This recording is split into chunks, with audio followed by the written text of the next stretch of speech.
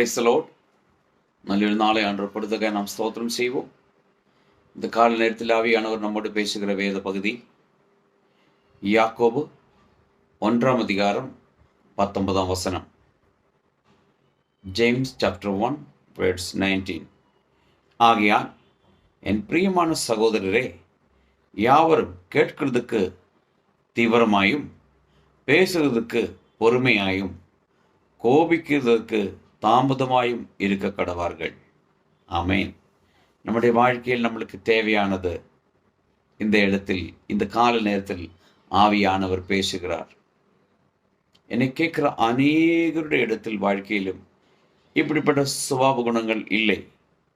கேட்கறதுக்கு பொறுமை இல்லை, பொறுமையாய் பதில் பேசுறதுக்கு நாம் ஆயத்தம் இல்லை,